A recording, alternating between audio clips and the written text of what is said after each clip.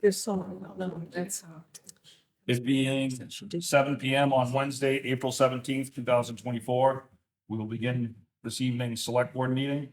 The first item on the agenda is public comment. Is there anyone here for public comment?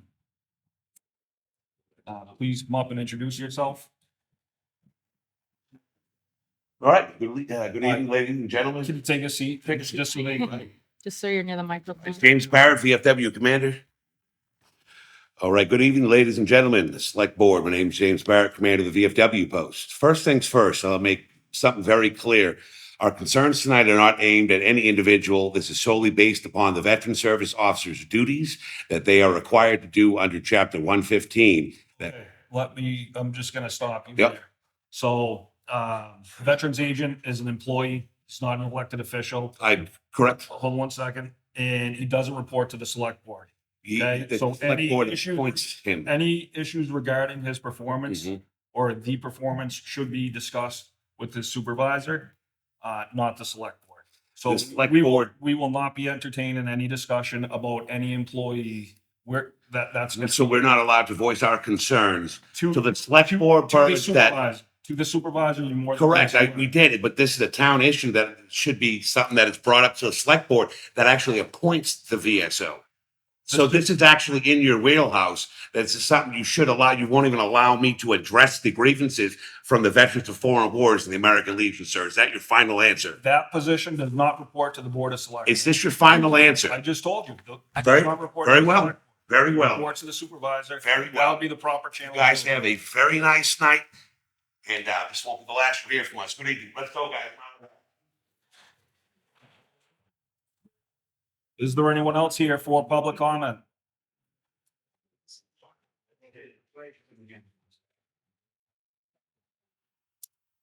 There being none, review of minutes for March 20, 2024 and March 26, 2024. What is the pleasure of the board?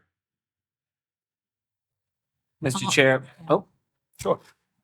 Mr. Chair, I make a motion that we approve the minutes for March 20th, 2024, and March 26th, 2024. Fair. Is there a second?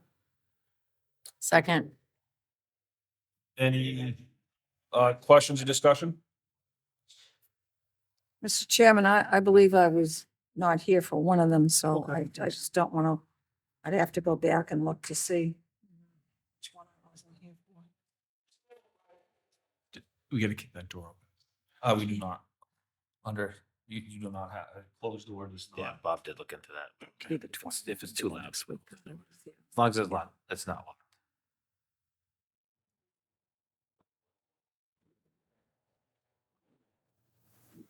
Where are we? So, we have a second on the table, discussion, questions? There being none, all in favor? Aye. Aye.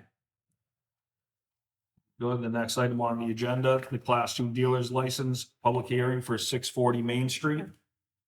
Is anyone here today? Yep. If you could come up to the table, please introduce yourself. Good evening, Select Board. My name is Alan De Oliveira. My name's Gabriel Gutierrez. Very good. So we have an application from Car Express Auto Sales to operate a Class 2 vehicle dealing business at 640 Main Street in Clinton. There is currently a business at that location that this owner is purchasing. Where this is a hearing, we will open up with any information that you want to share.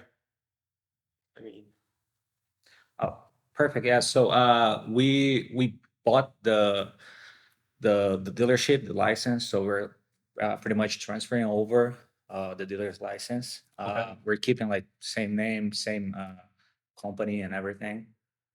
Okay, very good. Is there anyone here to speak in support of this application? There is not. Is there anyone here to speak in opposition of this application? There is not, so we will close that portion of the hearing. Are there any questions from the select board? no, How many cars are you looking for? We're keeping the same cars. It's 12 cars right now. 12 cars. Yeah, and that's what supports. So Well, it's kind of tight down there. I mean, beyond that, I think it would be impossible to go beyond that number. Think what they said. Yeah, yeah, yeah, because they keep 2 cars in the office I'm as like sorry, a showroom. I'm sorry, I didn't hear what you said. Sorry, so they keep like 2 cars inside of the dealership as a showroom. But yeah, I mean, we're looking about 10 cars, 12 cars, not, you know, anything. So it just would stay consistent with whatever the planning board Whatever. had approved. Perfect. Yep. Any other questions? There being none, what's the pleasure of the board? Mr. Chair, I move that we approve the Class 2 vehicle dealer license at 640 Main Street for Car Express Auto Sales. Second. Any discussion or questions? All in favor? Aye. Very good. Thank you very much. Good luck. Thank you very much. Thanks a lot. Appreciate it. All right. The next item on the agenda, the commercial garage license public hearing for 1181 Main Street. The select board received an application from JT Auto Center Incorporated to operate a commercial garage repair business at 1181 Main Street in Clinton. Come on up to the table and just introduce yourself, please. Good evening. My name is Philippe De Oliveira. I'm here on the matter. Very good. Where this is a hearing, would you like to provide any information about anything further on what you're looking to do? Sure. Just a general auto repair garage shop. Myself, my wife, and her grandfather. He's been a mechanic there for a long time. Now we're gonna legitimize the business. It's gonna be myself, my wife, and him, just the three of us. Not looking for any of the employees, just family business. Very good. All right, where this is a public hearing, is there anyone here to speak in support of this application? Sure, would you like to come up and just introduce yourself to the public? My name is Esteban Mendoza and I support that application. Very good. Thank you. Is there anyone here to speak in opposition? There is not, so we'll close that portion of the hearing. Are there any questions from anybody on the select board?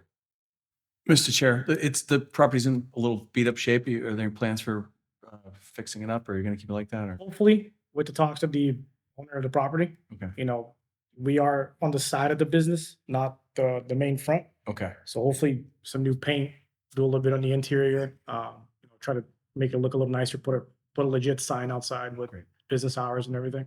thank you. Very good. Any other questions? There being none, what is the pleasure of the board? Also move, Mr. Chairman. Second. Second. Any further questions or discussion? There being none, all in favor? Aye. Thank you very much. you. Thank Good you. luck. Appreciate it. Thank you, Mr. Chairman. Thank you. Good luck. The next item on the agenda is the Board of Health proposed FY 25 budget.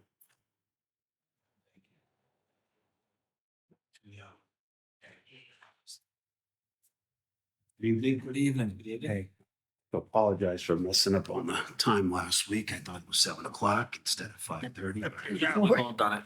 Yeah, I was gonna say, Um, we're all been there. So for our budget, it's pretty straightforward. It's a little less than last year. It's just miscellaneous. There's nothing really surprising, although I did see the email that you're looking to purchase new computers for everybody. Correct. I didn't know that at the time that we put this together. So other than that, everything's pretty much the same. Other than the mileage, we took the mileage out of there that the guys were getting now that they have a vehicle that we've moved that. So I don't know if you have any questions. Very good. So the one question that I'd like to ask while you're here is just about the office hours Okay. and when they're open. And so what are the hours of operation for the Board of Health as far as not so much someone being physically in the office, but being accessible to the public? Okay, so we're open 8 o'clock till 3. All right, we have 3 employees that work 23 hours. Alice Dezek is our admin. She comes in at 8:30, works till 1. Tommy and John come in at 8, work till 11. They come back at 1 o'clock and work till 3. So when they're not there from that 12 to 1, is that, are they out doing inspections or? Well, they're only paid for 5 hours, Yeah. so they take a 2-hour lunch break and come back Gotcha. from 1 to 3. So we're open for 7 straight hours. Okay. Has there been any consideration for opening 8 to 4? Just with, Well, it would, to be honest with you, I think it's kind of a waste of money because we've got email, people leave messages and they slide things under the door. We don't really take in a lot of money other than permit fees. yeah, And in order to generate those, we have to be out doing inspections and on the road. That's kind of where Tommy and John are all morning. yeah, And then they come back in the afternoon and do their write-ups and they cover the hour, the office for a few hours. Most of the time, their time is out and about on the road. There's always calls about a mattress on the side of the road, couch, legal dumpsters, all that stuff, along with the usual inspections. and do they do the inspections joint? Yeah. Yeah. We've had to call police a couple of times because the tenant, anytime they go into one of these tenant landlord disputes, someone's not happy with the outcome. And sometimes it gets heated. We've had a couple instances where police had to show up and separate them and Yeah. put them in a bad spot. I just don't like sending one person by themselves to go in the middle of that. Unfortunately, I agree with you, just Oh, based thanks. on having for those circumstances. We've heard from other departments with permitting similar scenarios. Oh, yeah. That's unfortunate. I took a look at the surrounding towns and, Bolton, Berlin, Sterling, Lancaster, nobody's full-time. Yeah. Berlin has a health agent that shows up for 2 hours a week. Bolton didn't have the hours, but they're that Neshoba Board of Health, so they have one agent that covers 2 or 3 towns, and they have an admin that's there. These guys are pretty hands-on. The only thing that's pending right now are 2 cases with the Attorney General, condition of homes. But, as of this morning, everything's up to date. Yeah. They're pretty good about returning calls and getting out the next day. They don't leave anything hanging. Right. Then, I don't have any further questions. I just a compliment for the guys, because I will tell you, I mean, I don't care what establishment you go into in Clinton, they are meticulous. And I know that both Tom and John go in and do their inspections. I've seen them. And that's a good thing. That's a really good thing. And I think they should be complimented. And Well, thank you. They each have their own way of doing things. They kind of offset each other, good guy, bad guy type thing, so it kind of works. Especially with these disputes, well, health is very important. Yeah. The foods that, when you go to restaurants and the food that's brought out to customers, or, not having outdated, foods in places, it's a serious thing. And I think that Clinton's Department Board of Health should be complimented. Thank you. I mean, I can say that all the restaurants here in town they were inspected, they're clean. We haven't had any issues for a long time. So they're there every 6 months. Oh, yeah, definitely. And they just walk in, in the morning, least expected. So it's not like they have a heads up when they're coming. They just pick them in the morning and let's go do this one and that one later. So, Well, that's a compliment to the guys, because well, they know that, they're gonna come, and if they're not, no. no, everything's going pretty good. They know how they want it done and they're following along. Any other questions? Thank you very much. Thanks for coming out again, Steve. Thank you. Next item on the agenda, Franny Hodge, Mass Central Rail Trail update. Good evening. Very well, thanks. So, Mike, I know I said I tried to get some of you early in the day, but I didn't, so. I emailed that to you if you want to know. So. Sorry, I took that in my day. Start talking. Thank you. Yeah, I just wanted to give a brief update. I know I gave you 2 pages of stuff, but we have a lot of events going on, so that's more informational. The main item is that we have applied for the grant from Mass Trails. We did apply for the first portion of building the trail. And on the back side, it sort of shows you where we're planning to start the build phase at each trailhead so that access to the trail is improved, because that's what's really needs the most work around that particular section of the trail. So we have applied for a grant of $500,000, which would support a $625,000 project. The town would have to match $125,000. So it does have to be on the town warrant. And so I wanted to make sure of 2 things, that it is on the town warrant. I sent a draft earlier, so I hadn't heard any feedback on that. And then also I wanted to confirm that it continues to have the support of the board.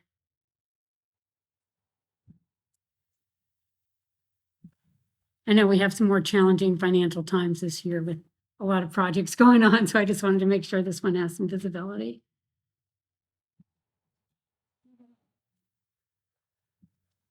Yeah, so the second paragraph is actually the draft, which I don't know if Mr. Gibbons has provided any feedback. There might be additional language, but it's pretty similar to the previous articles we've had where if we don't get the grant, the town doesn't spend anything.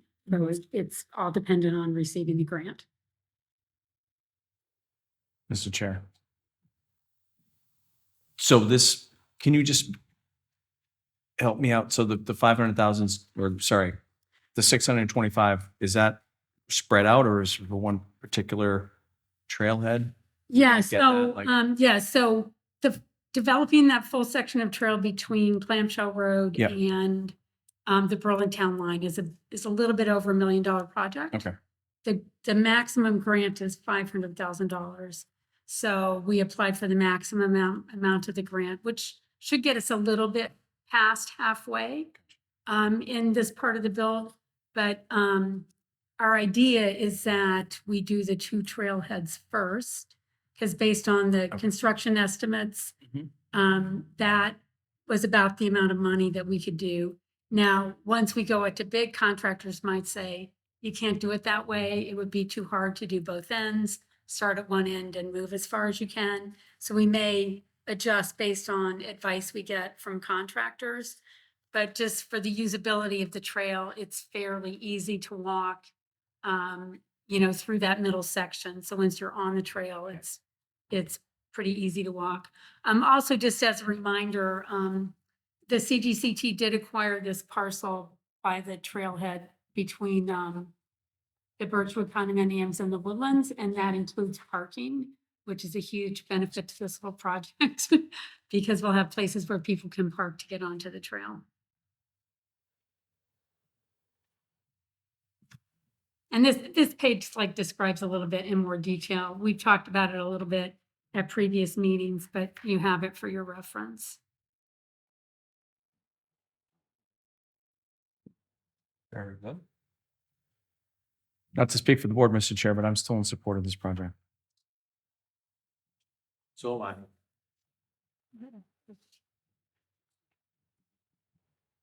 So are we looking for a formal? I'd love to have a formal. I move that is this, I haven't gone through the whole warrant. Is it in here? It is? Okay. Oh, So, good. I have a number now. Yeah. You All right. do. to be confirmed, but, Right. so we're all set on that, but yeah, I would move that the board,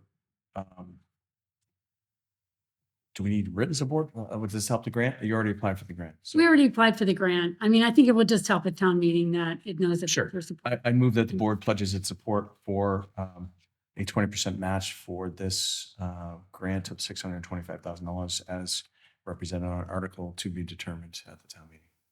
Second. Any discussion? All in favor? Aye. Aye. Thank you very much. And then the other updates is just a little marketing for our upcoming events. So this coming Saturday for Earth Day, we will actually be doing work at 447 Berlin Street. So if anybody wants to come check it out, we'll be there from 9 to to noon, and then we have some other walks coming up.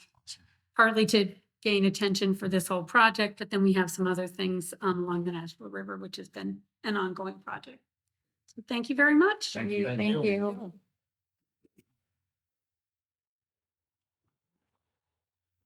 All right, next item on the agenda.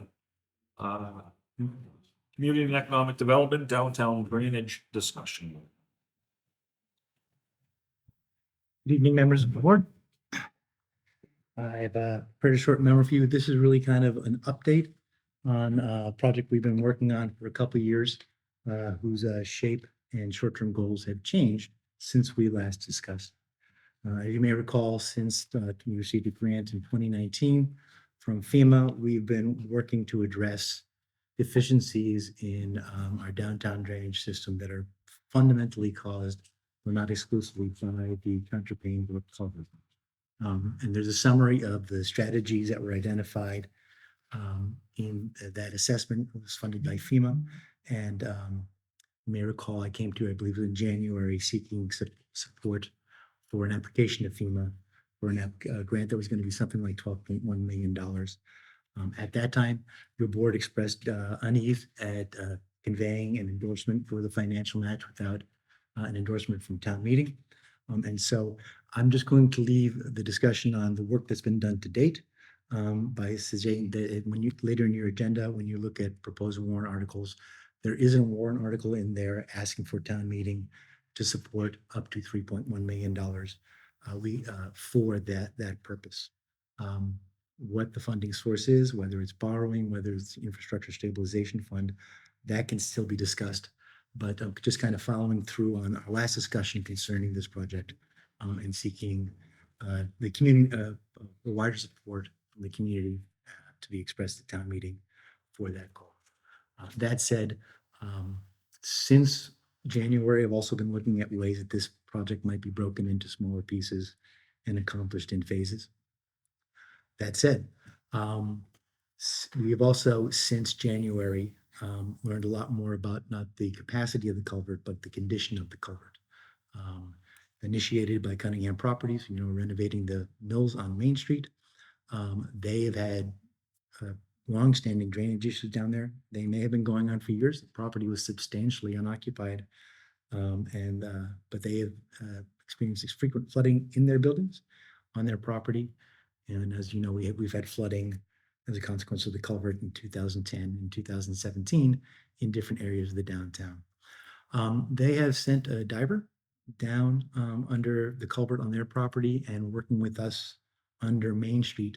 They've identified some meaningful issues having to do with the condition of the capacity that severely constrain, with the condition of the culvert that severely constrain its capacity. And those are described in diagrams that are attached to the back of this memo.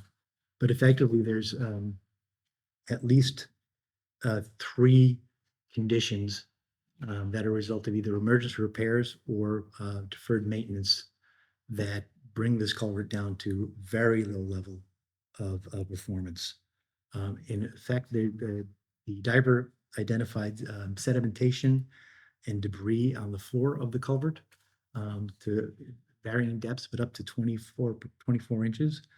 Where it is 24 inches, the capacity of the culvert is reduced by approximately 50%, maybe slightly more.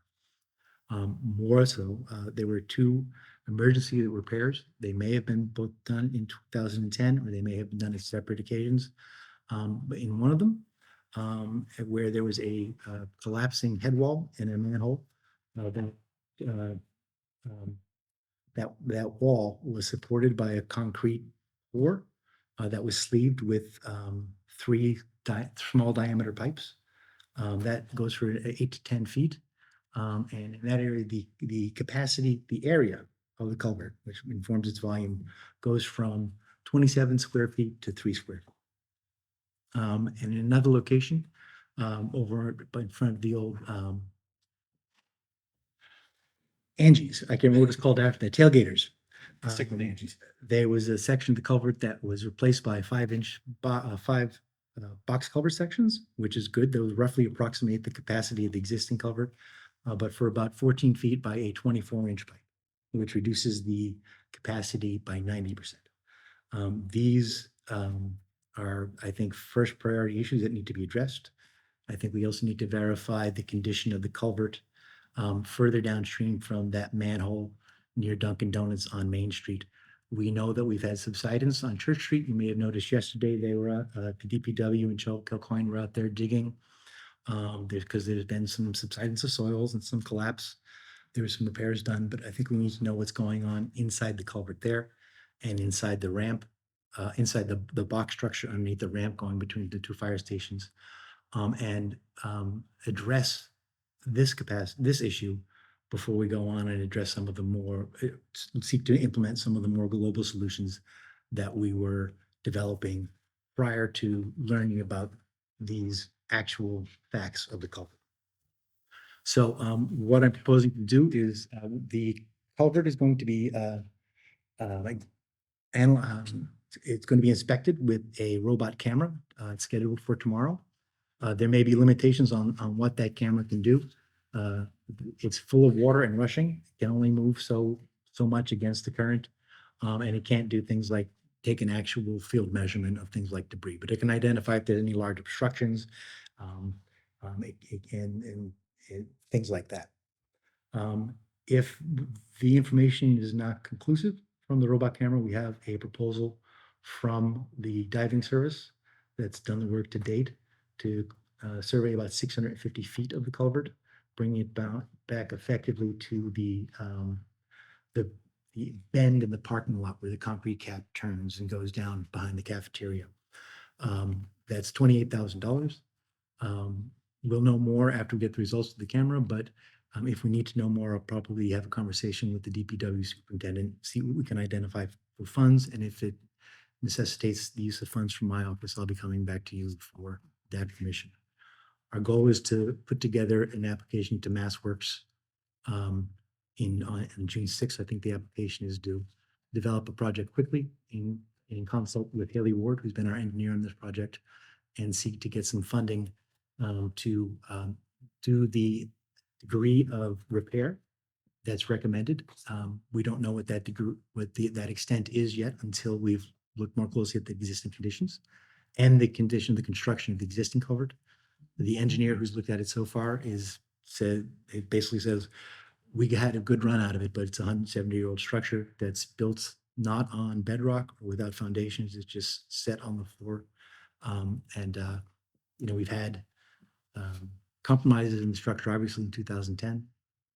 We'll have to look at whether it's feasible or desirable to replace the entirety of the culvert under Main Street or just to replace the roughly 22 to 24 feet where it's severely constricted. Those are things that need to be determined in conjunction with development of a cost estimate. So really, I'm just bringing you up to date. I was intending to request that warrant article be placed before town meeting, really to follow up on the conversations that we had in January. But since then, we've learned more and our priorities have shifted. And so I'm just coming to let you know that, to answer any questions you may have to the degree that I'm capable, and to find out whether you agree that we should be seeking to address these issues and devoting our grant writing resources to that end. Mr. Chairman. Sure. Phil, one issue that kind of troubles me a little bit is the fact that we have Mr. Cunningham now that it's developing down in that area. And is going to be adding 80 to 100 apartments in there. 120, I think. How many? 120. 120. So I know in the old days, when we had developments, we had developers that the Board of Selectmen would negotiate with them, and Ridgefield as an example, or Woodlands, or other, those are just two of them. Yeah. Bring those two up, but they put water lines in. They did all our sidewalks. I mean, Mr. Cunningham obviously is going to put a big impact on that area with water consumption from all those people living in there. And so I guess, you're talking about, let's just say 28,000 you put out there. Why I mean, I would like to see, whether it be through the planning board or through your office or through the Board of Selectmen, looking for contributions in from these developers, the way that we used to do it. There will Yeah. be, there will be. And to that point, for instance, the survey work under Main Street cost $15,000, $15,600, and Mr. Cunningham paid for that. And has paid for, so far has paid for all of the survey work that's been done to date. I expect that there will be, Well, he needs this, he needs that for his development too as well. well, he needs to solve a drainage issue. Yeah. But quite frankly, I'm not speaking for him. But the origin of the condition that is causing his problem is not on his property. It's under Main Street. That said, I'm in regular communication with Mr. Cunningham. I spoke with him today. And I expect that as we get closer to finalizing a cost estimate and a request to MassWorks, which now strongly recommends a 25% local match, that we will have a discussion about a financial contribution. That said, I leave it to the board, but this is an inherited problem from 170 years ago. It's tended to a stream that begins not on his property, drains 4.5 square miles, and then exits his property. So I'd expect that Mr. Cunningham will participate in this project financially. But I don't think it could be comparable to, say, the Woodlands, where the need for new water lines was necessitated by adding 493 units. I mean, Phil, I'm just using No, I it as an understand. example. I mean, it doesn't hurt to ask, No. and he's still using, they're still gonna be using town water. Yeah. System. Yeah. I mean, maybe the problem is there, it's an existing problem, but Well, in this instance, the culvert is kind of sui generis. It's kind of it is a one of a kind thing. There's no other infrastructure that I think we can compare to it. And the failure of that system affects everybody. So it can affect not everybody, but it can affect the elementary school, can affect the operations of the fire department, will affect transportation on Main Street, which is our busiest street. The last time we had flooding down there, there were probably 30 or 40 housing units on Nelson Street and Ash Street that had issues. So it is a piece of infrastructure where failure can have an outsized impact. And so I think that I personally feel that as a municipality, we have a large role to play, a large role to play and a large responsibility for addressing it. But we have had those discussions, we continue those. And to date, Mr. Cunningham has spent more on it than Mr. Chairman? Sure. And he was aware of this prior to the development and went through the whole planning process of the issues related to this culvert. I don't know. It didn't come out with the planning board, those conversations. Honestly, if so, this is It's like, well, this is it's a an theory. 100-year issue. No, but it hasn't been a 100 issue. If some of these water issues have been caused by the repairs that were made in 2010, it's a 14-year-old issue. And for most of the time since 2010, those buildings have been occupied. The basements could have been flooding every time it rained, and no one would have known. I honestly don't know. But I don't know the degree to which he was aware of this issue prior to purchasing the buildings. I've never had that conversation.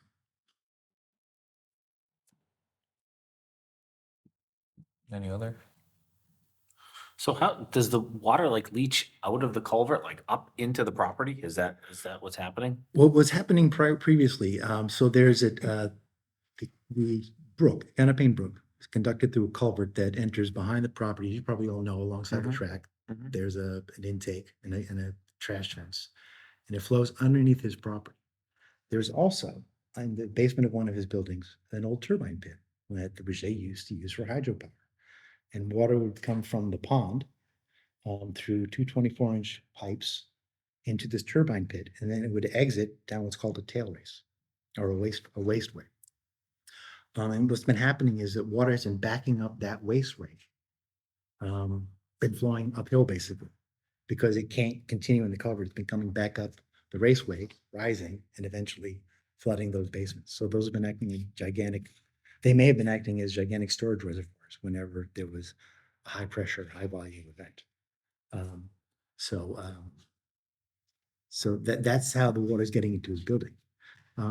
In terms of the areas where we've seen subsidence, it is a dry laid structure, and there are, especially since because it was built in phases with different materials, there are seams between those materials.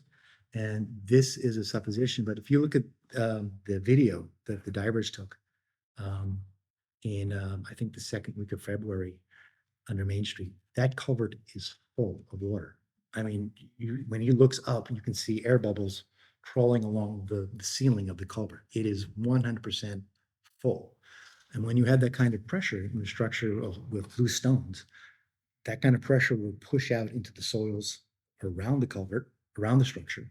Those, it'll displace what are called fines, and it'll saturate that. And when the water recedes and that water draws back, what's left behind where there were fines is now air, and then gravity compresses everything and the surface starts to sink.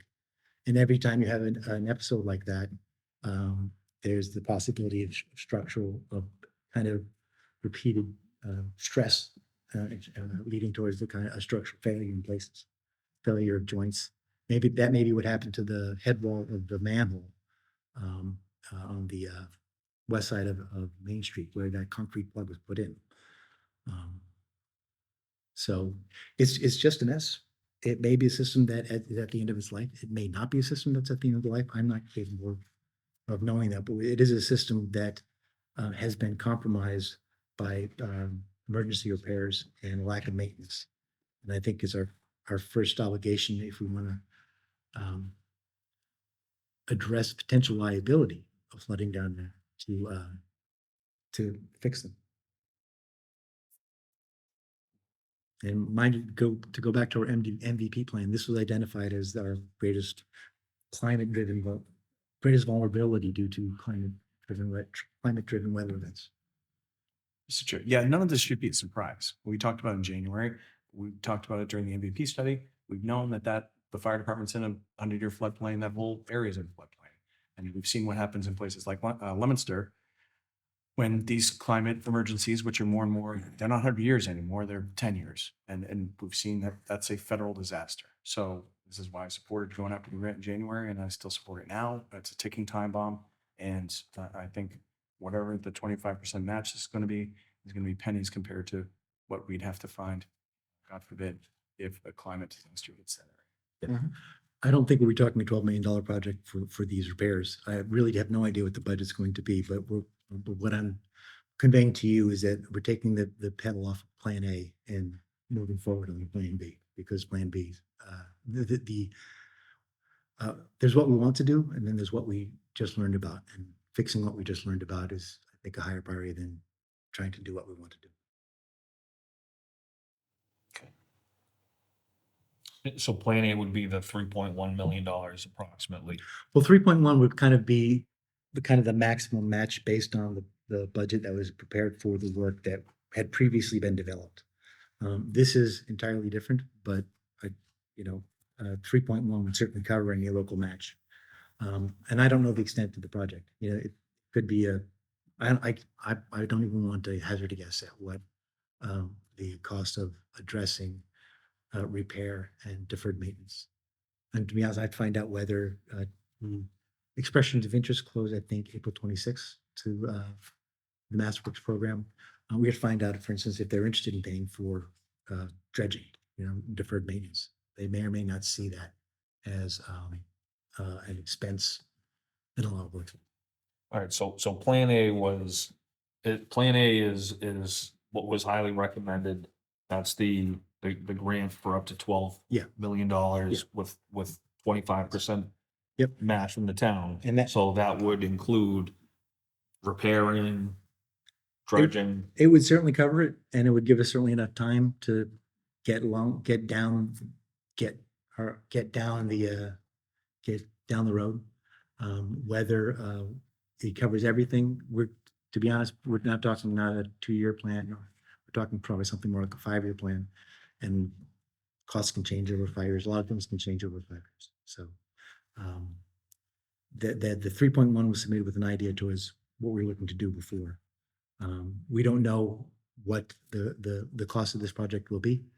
I don't know, depending what the funding source is, there are a couple that present themselves immediately. One is conventional borrowing or bonding, and the other is the Infrastructure Stabilization Fund, which would require its own warrant articles. So, all right, so what I'm still not clear on Yeah. is what is that $12 million potentially, like, how far down the road does that get us? Like, Well, the $12 million isn't $12 million. The $12 million is a number that is associated with the work we have done to date to divert water away from that stormwater system, to increase underground capacity, not in the culvert, but in the pipes feeding into the culvert, which allows for the water to slow down and enter the system more slowly, and to relocate inputs into the culvert, to take basically a big pipe that hits the culvert in the middle of Main Street and move it down at least to the ramp. So kind of get it out of the traffic jam of water underground. That's what was proposed. But that work isn't worth doing if we know that the culvert right now couldn't even take those changes. It could take the diversion, but those seem less important than the work I just described to you that we've had to contemplate since February. So the $12 million isn't related to the new work. The $3.1 million number is tied to that $12 million project. so the 3.1 million would be tied to the diverting Yeah. of the water past the areas of concern. Yep. Not strengthening, replacing, fixing Yeah. the area of concern itself. Yeah, exactly right.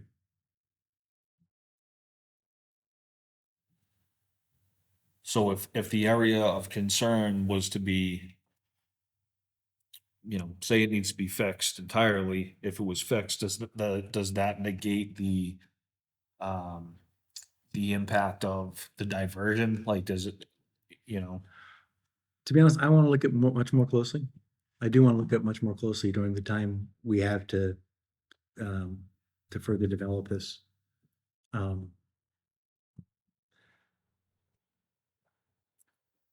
I'll say this, the other schemes, except for the diversion scheme, don't work with the culvert the way it is now. The diversion scheme does. But if we do this, maybe the diversion scheme is all we need, because the Genesis study, which was done by Jabel, was based on measurements taken during that event in 2017. Maybe if the culvert was working, they wouldn't have had those same measurements. They wouldn't have the kind of back charge that they had if the culvert was open and flowing freely. yeah, I think I'm in support of looking at the initiative to address that. I think where my hesitancy comes from is if we were to contribute towards that diversion program and then it doesn't address the main culvert issue, would we be better off looking at it addressing the main culvert issue rather than doing the diversion? Yeah, and what I'm proposing is that we address the main culvert issue first, and then see where we stand, and maybe have the engineers run new calcs. I'm assuming that they ran their calcs in the first instance without assuming that there was no such constrictions or restrictions or obstructions in the existing culvert. So that scares me even more. And that's what the robot is related to. The robot's just going to tell us what's going on there. Yeah. Like, for instance, if you look at that structure underneath the ramp, you probably know, if you go along the old fire station, you can crawl down and look. The water's right there.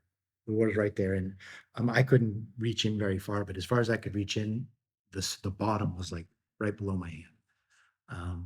That I don't know if that means if it's filled with sediment or it's just I didn't get out far enough. But hopefully it will give us some information on that. And how does that filter into or lead into over behind the post office where they have the culvert, culvert opening? Is Yeah. that where everything feeds into, so everything in between the ramp to the elementary school in that culvert opening. Yeah. That's, everything is okay there? We're gonna camera it. Oh, okay, so you're going the whole. We're gonna whole- robot that. Gotcha. I'm hoping that it was communicated. I'm hoping we're going all the way from Prescott Mills to Main Street. Understood. I got you.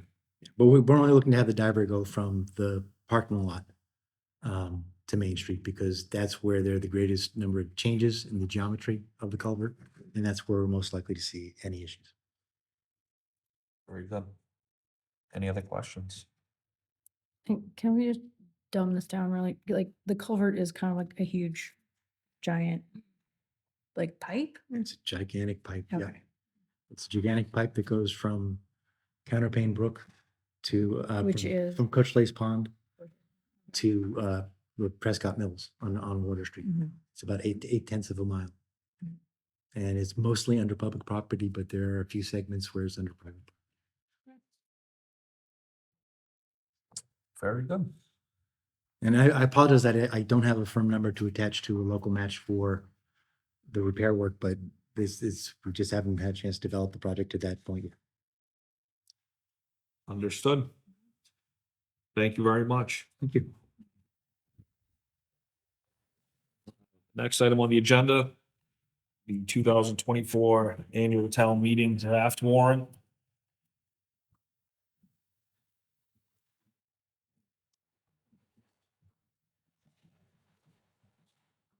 Right.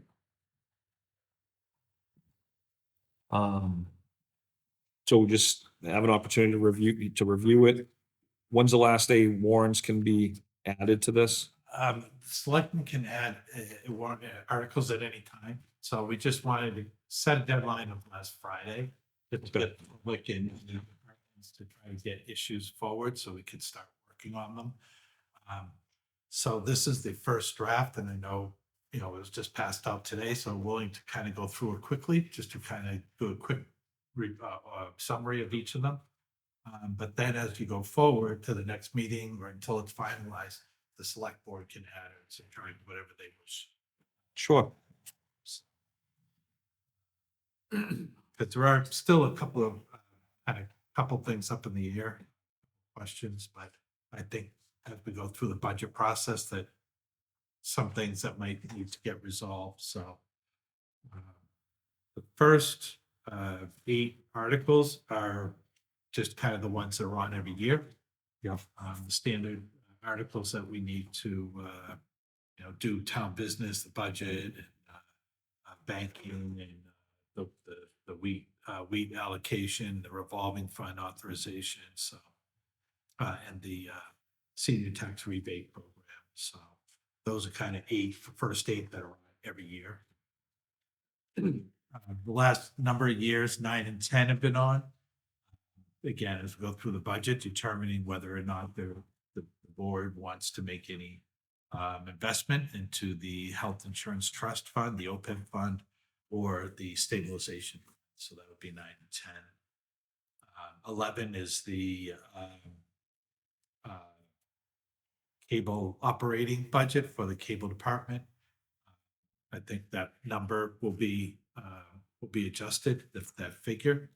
But that's, again, is a standard yearly article appropriating money to run the community television. There are the next couple of articles are just some unpaid bills or bills that were for prior to June 30th, but there wasn't funding to pay them, so they would have to be appropriated for the prior year. 14 is kind of still up in the air, still trying to determine whether that's needed. Article 15 is the school article. This will need to undergo review by town council, and the MSBA would like to review it too before it's finalized in case there's any wording that's missed that they require in their process. Otherwise, the vote may be invalid, so we want to make sure that the wording is correct. There's one thing that the next Wednesday, April 24th, there'll be a board meeting with the MSBA to take final action on whether they're going to fund this project. If that occurs, then everything is kind of awaiting town appropriation at that point.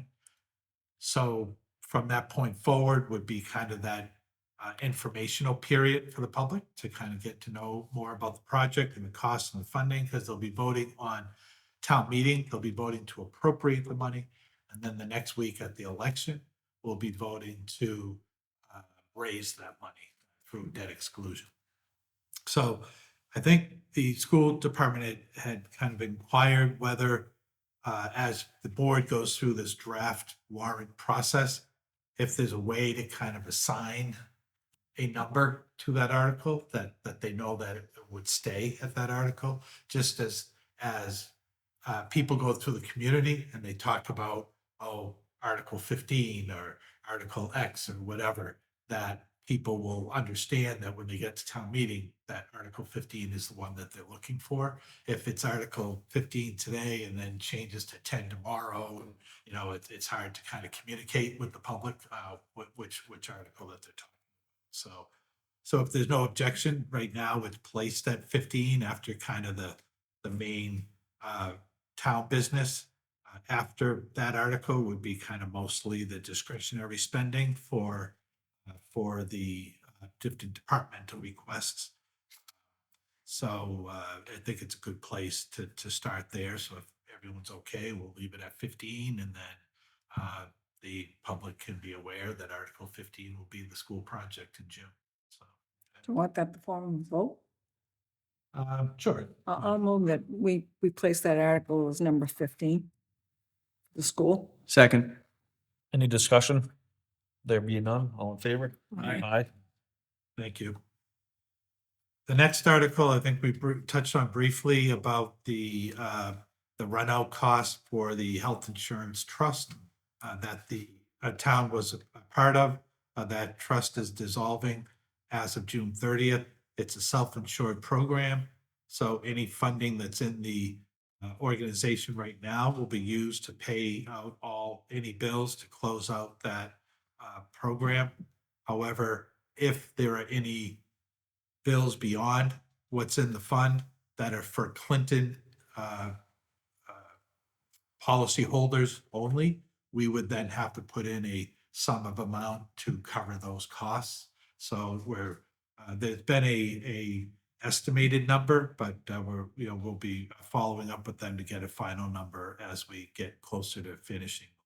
So that's kind of a placeholder for that. And also having town council check that wording. The next is a request, Article 17 is a request from the Department of Public Works for an additional $150,000 to do some paving. There were some streets that were approved last year, and I think there's a balance of that money, but those streets are going to be done this spring. That's already been approved. There's money coming in on Chapter 90 money that we'll get, but then I think the superintendent of public works had calculated he'd be about 150,000 short to finish what he wants to do, and he's looking to do. I don't know if I think it was East Street and. I'm sorry, I know he had sent me a memo today and I don't think I printed it off, so I'll double check on what those streets are. But this would be the money to do all last year's work and then any new work that he's proposing for this year. So, and that would be, before he goes forward, he'll bring that final recommendation to the select board. The next one. Mr. is Chairman, just, a request- Mike, are they gonna try to get all this paving done at one period, or are they gonna separate it during the course of the year, during the good weather, or what are we? Because every year it seems like they're gonna do these streets, then they don't get done. Right. So, I mean, Yeah, I think they're, depending on scheduling, I think they're looking to do it as the season starts. okay, He was able to extend the contract that we had with the current paving company. So I think it's just waiting for them to get started. And then I think for their benefit too, once all the equipment's in town, I think they do want to keep going to what they can. So if work does get started before town meeting, they could do the bulk of the $1 million of work from last year. And then hopefully then if this gets approved, they could just go right into the next phase as well. So- Thank you. The next three articles in their request from the facilities department. This one is $80,000 and Mr. Farragut is firming up the numbers, but again, some placeholders. This would be for a new boiler. He's waiting on some quotes for a new boiler for the Council on Aging Center. The next is $75,000 to be used for repair and rehabilitation of the tennis courts up at the high school. They are in, desperate need of repair. He thinks that with this money, he can get probably another 10 years out of it before it would have to be torn up and redone. This work is preferably to be done in the summertime in the very warm, hot weather. So his hope was we are going out to bid now to get pricing. So hopefully he'll have firm pricing by town meeting. And then once town meeting is approved, then they can schedule this for like August time period would be ideal. So the next is a request of $80,000 again to do some repairs to the track up at the Veterans Athletic Complex at the high school. Again, work that he's hoping that he can patch and repair to kind of extend that life. They do kind of recommend $15,000 to $30,000 a year to kind of keep up on this as you go along, instead of waiting to a point where it has to be all redone. So this is an amount that he'd like to get started on that cycle. The next again is a placeholder that we have, and it wasn't Mr. Farragut didn't put forward this formally, but the architect is working on doing a overview of the carriage house to turn it into a fitness facility. So there is some funding that the department has from state ARPA money, but it most likely won't be enough. So if there's a cost estimate, there was a placeholder to at least have a discussion with the board, whether it be something to go to the town meeting and the general fund money, or if it's being used for fitness purposes, it would be an eligible ARPA use as well too. If there's, if the board wants to go that route, if we feel there would be better use of the money. So again, it's just kind of putting the issue on the radar, and hopefully the next couple of weeks we'll get more firm information on it. Mr. Chair, I see 3 X's there. Does that mean it's going to be a six figure? Most likely, Oh. yeah. Any guess if that's a low or a mid or a high 6 figure? We don't have any idea right now. I think they had 100,000 for the ARPA money. A little bit was used to paint the carriage house, but hoping it'll be a low hundreds. Not a. Do we get a bigger sign than the LCU if we kick this to them, or no? The LCU, I think they had donated $20,000. Right. If this is more than 20, do we get a bigger sign than them? Yeah. Right. Well, that's all. We'll amend that on the for floor, I discussion. guess. Yeah. And but I think the initial intent is just to get enough money to construct the fitness part of it. The architect will be looking at the whole building and potential uses or program uses for the whole building, but the construction cost would only be trying to get them in to start the fitness portion. I'll stay tuned. Okay. Because it would be whether it's handicap accessibility. I mean, obviously the second floor, it's a huge space, but then it's, it's going to be other questions on getting public use to get up to that space as well too. So it's really looking to get the lower, the first level of the barn open, that wide open space to be used. So the next article was a request from the Parks and Recreation Commission, $45,000 to do updates to the skate park at Savage Field. They're talking lighting, fencing. There was part of this, again, all this wording based on board approval and wording.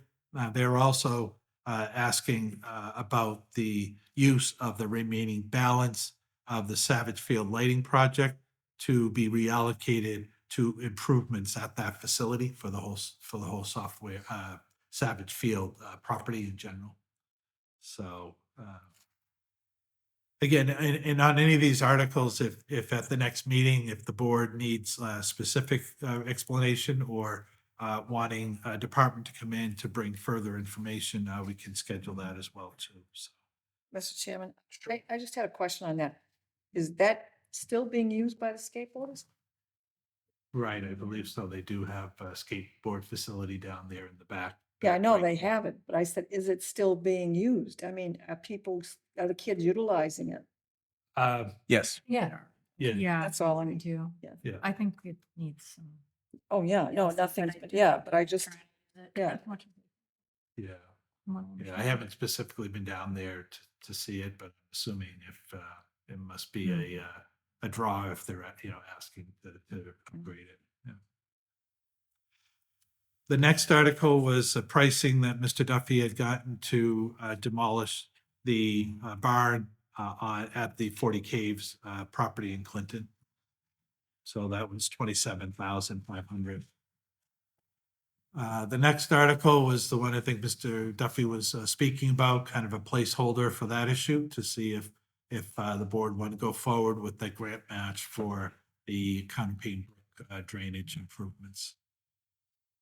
The Article 25, the next one is again the one that Franny Hodge spoke to earlier about a grant match for the rail trail Mass Trails grant.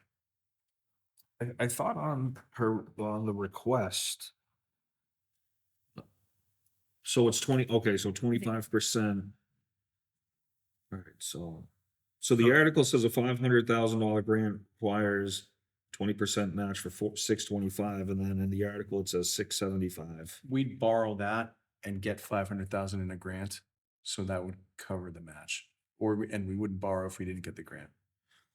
So why is it 625 in one portion and 6? Oh, Yeah, that's a right. discrepancy. Yeah. Yeah, so we can reconcile that. This was the Okay, article that 625, she yeah. had sent. Oh, She made yeah, it- sorry, she it's made it- different on her sheet. Yeah. It's 675 there, though. If you were talking. No, I got it. Just, I think you verbally, typo. yeah, I think you just verbally may have. I think Oh, it's no, just a it's a typo, typo. yeah, because she said six. The article She though said says it's 20. has the right number. We should clarify. Okay, so the 625 is the typo? The six. Well, it's the, Yeah, I think the one that's in the draft warrant was one that she had sent 2 weeks ago as the draft wording. So I'm assuming as the project got finalized, she only brought this one today. So I'm assuming then the number probably firmed up the number from when she gave me this draft 2 weeks ago, so. you can double check. He drove. Indiana should have. All right, very good, thank you. So I think, generally with the, generally it requires that the town appropriate the whole amount with the intent of getting reimbursement Gotcha. from the state. So I think that shows the state that there's support from the town, but generally we kind of have the intent of we're doing it if we get the grant. So, so we'll, again, we'll check that wording, but it seemed to be the, similar wording that she had in there. So I assume that the total project is 675 with the town's share, and 500,000 is the grant from the state. The next project is looking for a easement on Ring Court for a right-of-way easement for the Wheat United Way for their building. I guess there'll be a need to put a pole transformer to provide power to the building.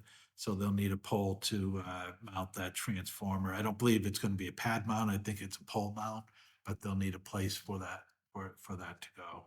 So I think that's what this is looking at. The next article was giving, as we did with the Water Street and the High Street projects, giving the select board the authority to negotiate easements for the Sterling Street project. That's going through the TIP program right now for the federal funding to do a Sterling Street from Maine up to, I don't think it's quite town line, but quite a ways up the hill. And the state requires, before the project can get started or be finalized, that the town have all the easements in place. The project was 2 years out, but there's some funding that hasn't been used by other projects. So if this project can get finalized in the queue, there's a possibility of moving that up a year. So instead of waiting till next year's town meeting, we thought if we went forward this year, that it would give us that year to get all the easements and the final design in place so that we could get in the queue for construction the final year instead of 2 years, construction being in 2 years. Hopefully construction will start and would be the federal fiscal year. So funding would be approved for October, I believe, for that 2026. So that federal fiscal year. So the next article, again, just a placeholder. We're in current negotiations with the Clinton Fire Union, Employees Union, so just a placeholder for that. And the next one as well, and discussions with the public safety dispatchers for finalizing their employee agreements, so kind of a placeholder for that. The next article, Article 30, was a request from the planning board asking for the select board support in town meeting to impose a 1-year moratorium on the issuance of any new license for the sale of Class 2 sale of motor vehicles. I think there are a lot of companies the last 2 years have been coming to the planning board for site plan review. And they've seen, an uptake, as the select board has, uptake in requests and applications. So I think they would just kind of like take a year, review how many are in town, review the locations, review which ones are active and following the requirements of the statute, maybe putting a more comprehensive licensing approval process in place that would have kind of more formal requirements of advertising or posting or different things like we do with other licenses as well too. So they thought if they can kind of do a pause on that, there could be a committee set up with select board members, planning board members, and whoever else to kind of put that all together. So I think it's a great idea. the next Article 31 is a request from the Conservation Commission to adopt a wetlands protection bylaw for the town of Clinton. Once this is in place, it is fairly lengthy, quite a few pages. And if this gets adopted into place, it then would give the Conservation Commission the ability to establish rules and regulations for the implementation of the bylaw. So then the conservation will develop their rules for projects in Clinton, wetland projects in Clinton. So it is very, it's a draft. This draft came out of the resiliency grant that the town had gotten. Those consultants had kind of made this draft, and the conservation reviewed it and added it to the Clinton specific requirements. And the next step was they were hoping to at least go forward and have this discussion with the townspeople to see if it's something that they would put in place. The last two are citizen petitions that have come in. They had the requisite 10 voters. One was the first one that had the first time stamp on it was that they usually put them at the end of the warrant in order of as they were received. This one is requesting that the town opt out of the Massachusetts Stretch Energy Code and revert back to just base energy code. There's some feeling in the industry that this new energy code has more requirements and has an added cost to the property owners. And then the final article was put on by a group of citizens asking to designate 239 Chestnut Street as a dog park and asking the town to raise an amount of $69,900 towards the initial capital investment to establish that dog park at that location. So, it's something that we've looked at in the past, and there's certainly a lot of questions. It's certainly a good thing, and a lot of people, I think, would like to have it. It would be a popular use. They have a dog park, and some communities do. But in looking at it in the past, there's certainly a lot of insurance liabilities, maintenance, supervision, different things that once it gets set up, now it's the town's responsibility. So that's what we have as of right now. A couple things that I talked about, maybe still questions. I think it's as we go through the budget process. I know the police chief was asking for $50,000 for tasers. I think there was a discussion of maybe putting that into his operating budget instead of as an article. So I kind of left that on the side.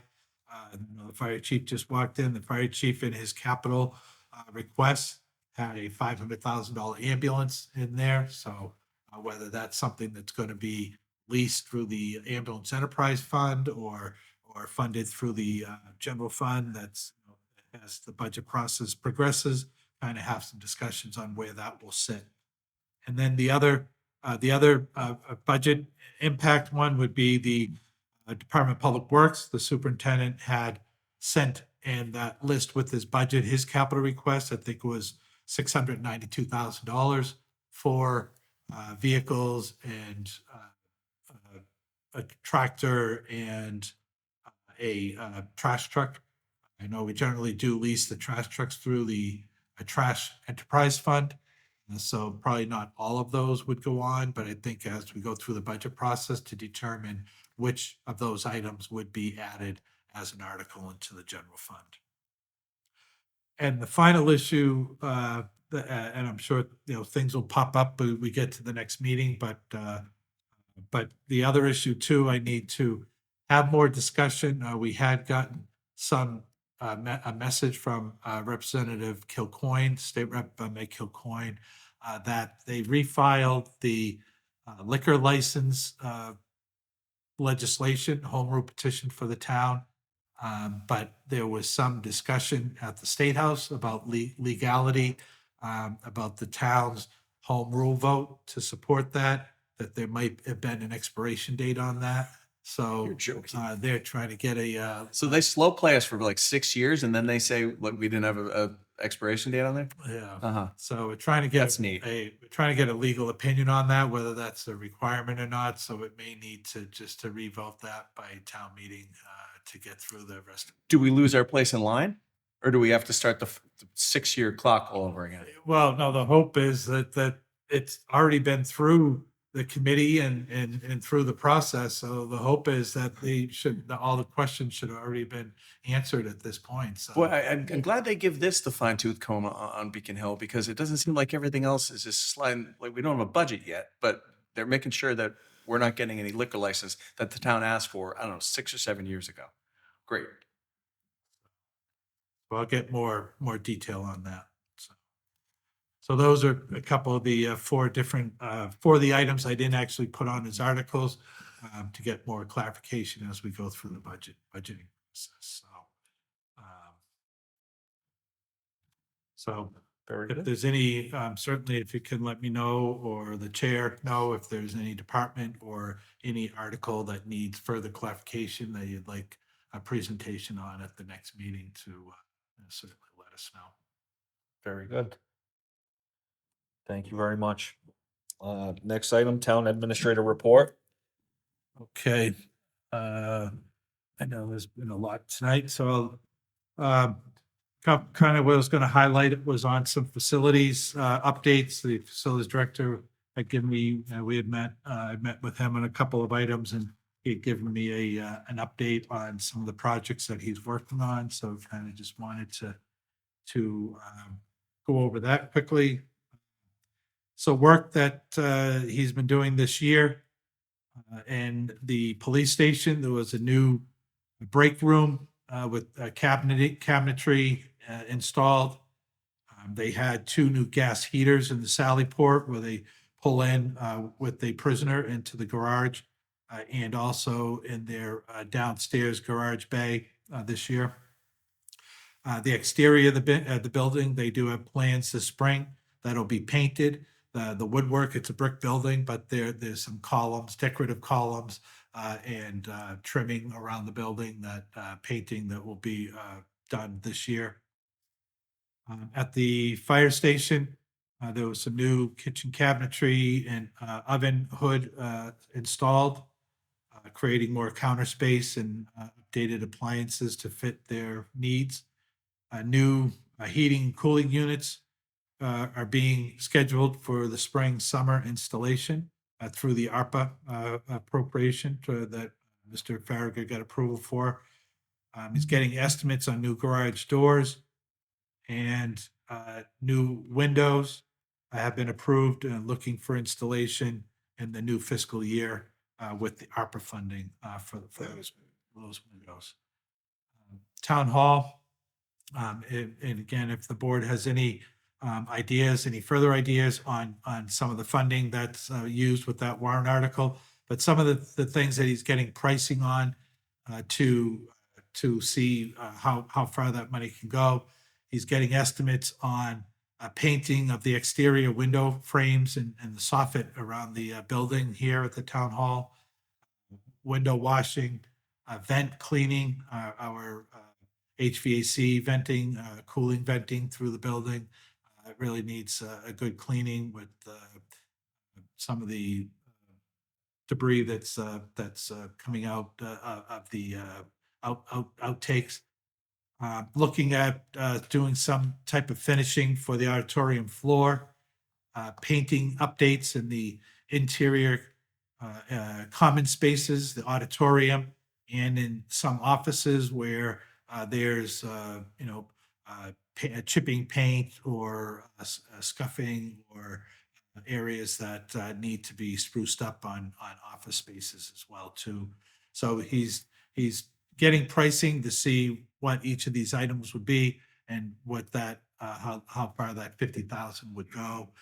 If there are any other ideas that we think would be helpful, certainly let us know or let me know.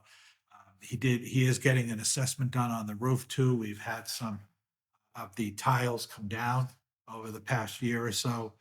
So he's getting a complete assessment done on the roof to make sure that that's safe and that there's no major issues. There is a small leak in the auditorium, so they're trying to identify what a repair would be for that as well too. At the senior center, the exterior painting of the building was done this past year, and the carriage house was added on as a change order. Working currently with the architect for the carriage house remodeling. They were able to do through facilities department budget, do a renovation of the 3rd floor. That wasn't a part of the original building when the senior center first moved there, and they were able to enhance it enough to get occupancy. So now they're able to use the 3 floors instead of just the first 2. The library, the community room was updated. Security cameras were installed. Outside lighting was added. And they're looking to install some new flooring on the main level office area, office space on the main circulation desk area. In the Fuller Field, there were new windows for the clubhouse were installed this week, I believe. It seems to be this month. It says 4/16, so I guess this week they're working on that.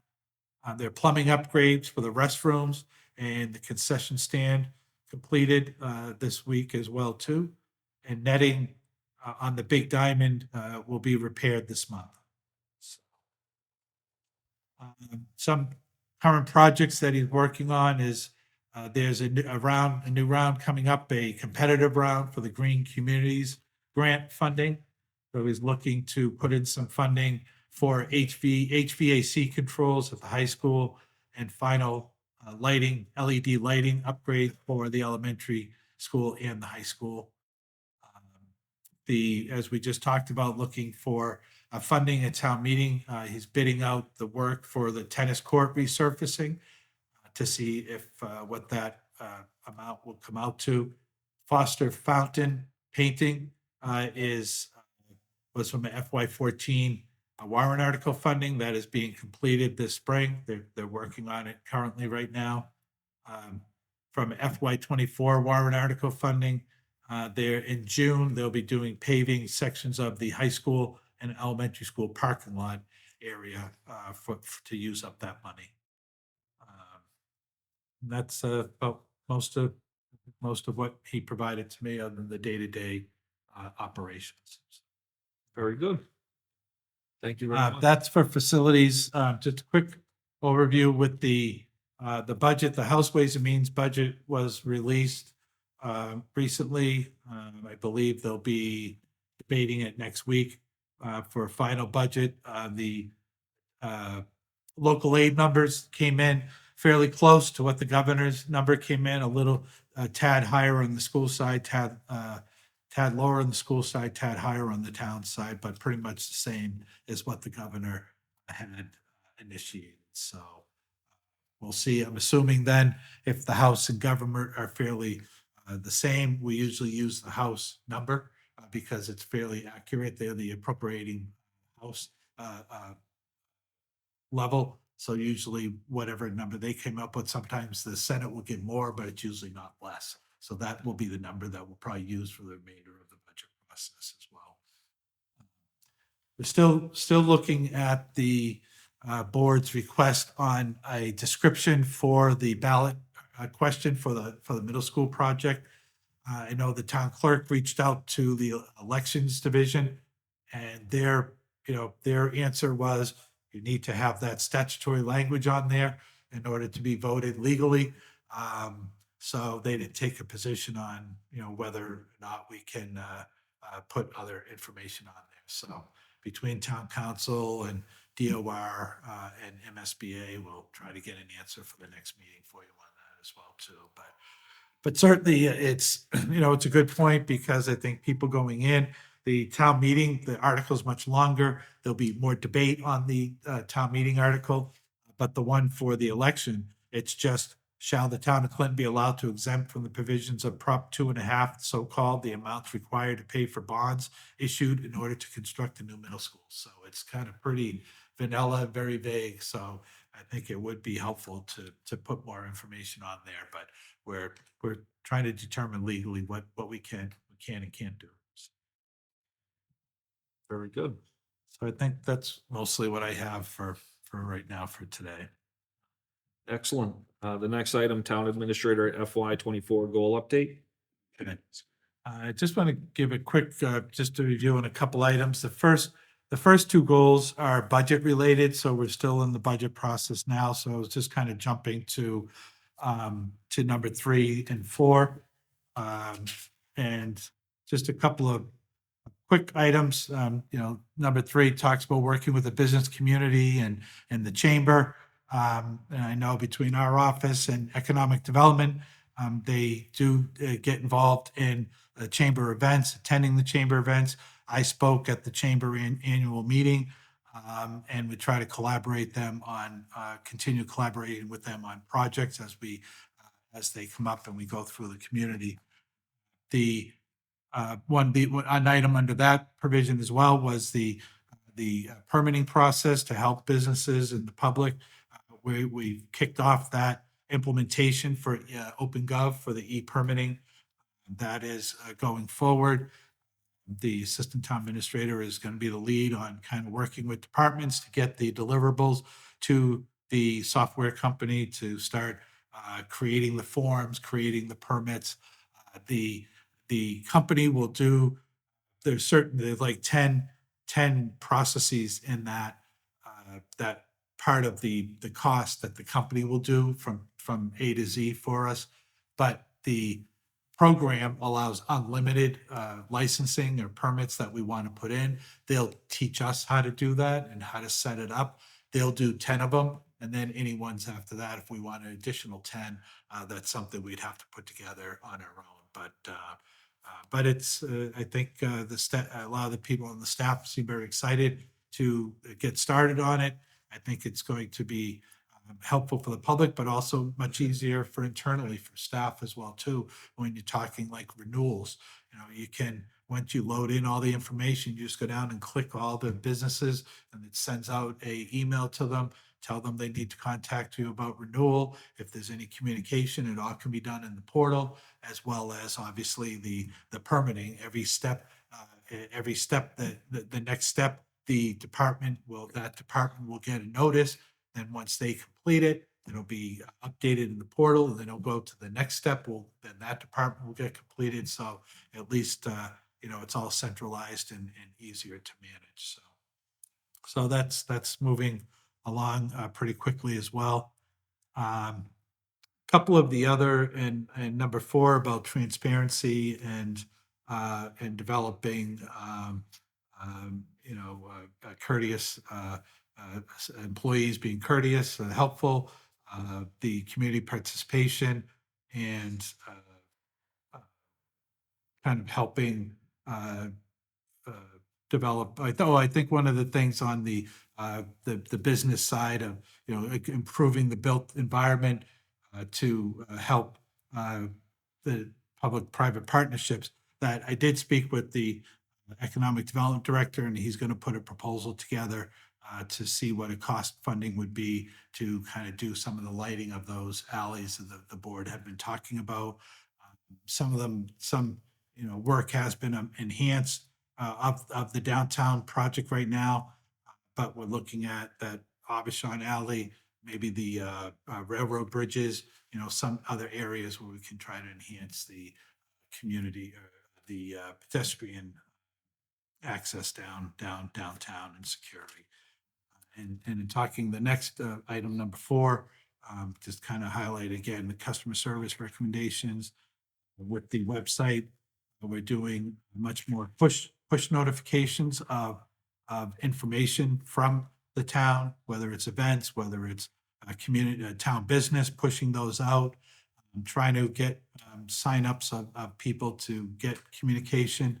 We're doing a lot more with social media, getting information out to the community. We've started department head meetings, kind of bringing departments together for whether it's for training in collaboration.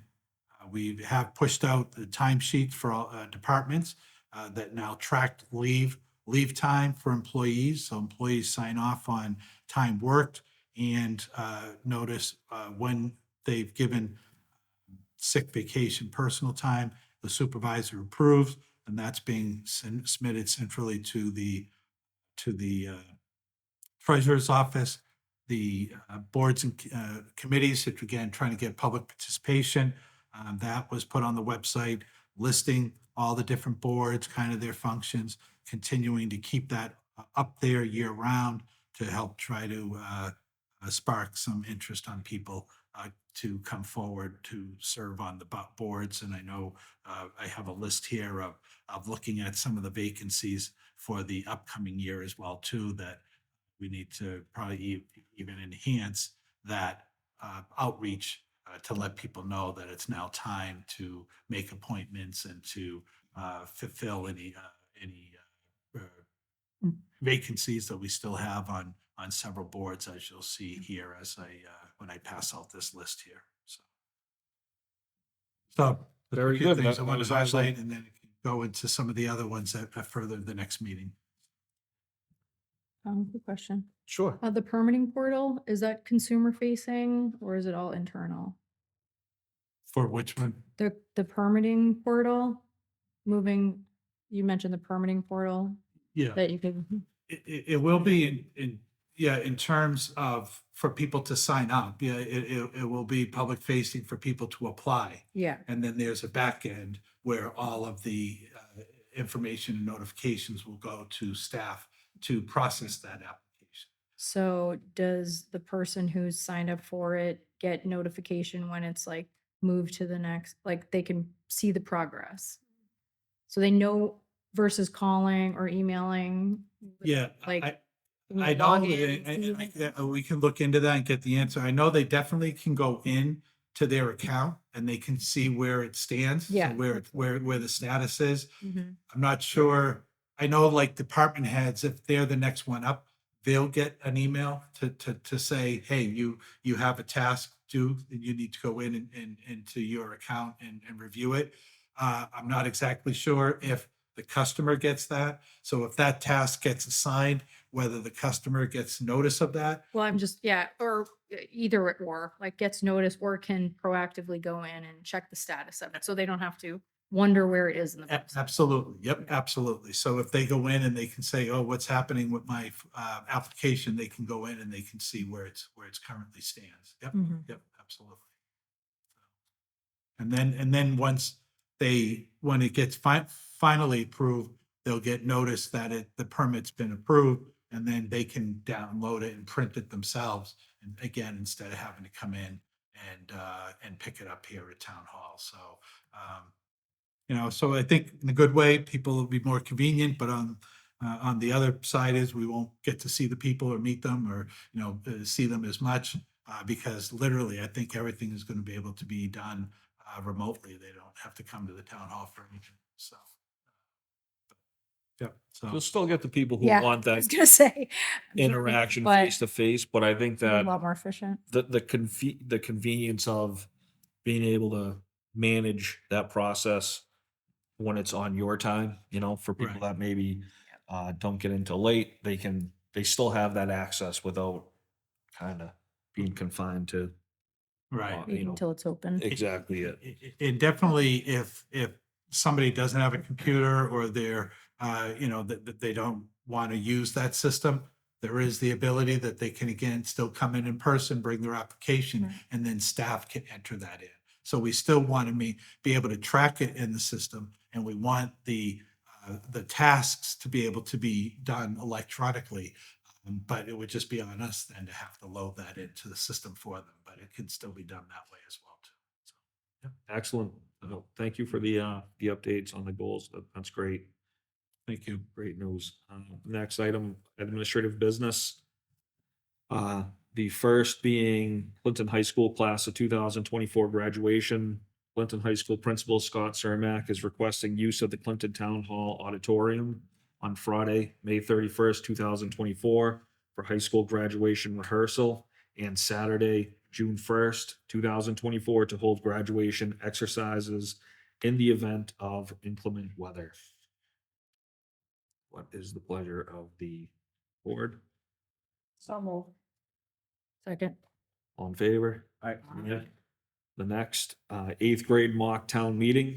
Clinton Middle School teacher Justin Murray is requesting use of the Clinton Town Hall Auditorium on Wednesday, May 29th, 2024 to hold the annual 8th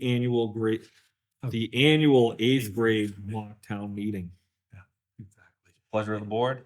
Yeah, and that's just a note, based on the agenda. It said the 31st, but it's the 29th. They initially had asked for the 31st, but then it conflicted with the senior graduation rehearsal. So we bumped it to the 29th. So that was the typo from their first request. So Perfect. thank you. Pleasure of the board. I'll move to approve the CMS's request for the mock town hall. Second. All in favor? Aye. Very good. Old and new business.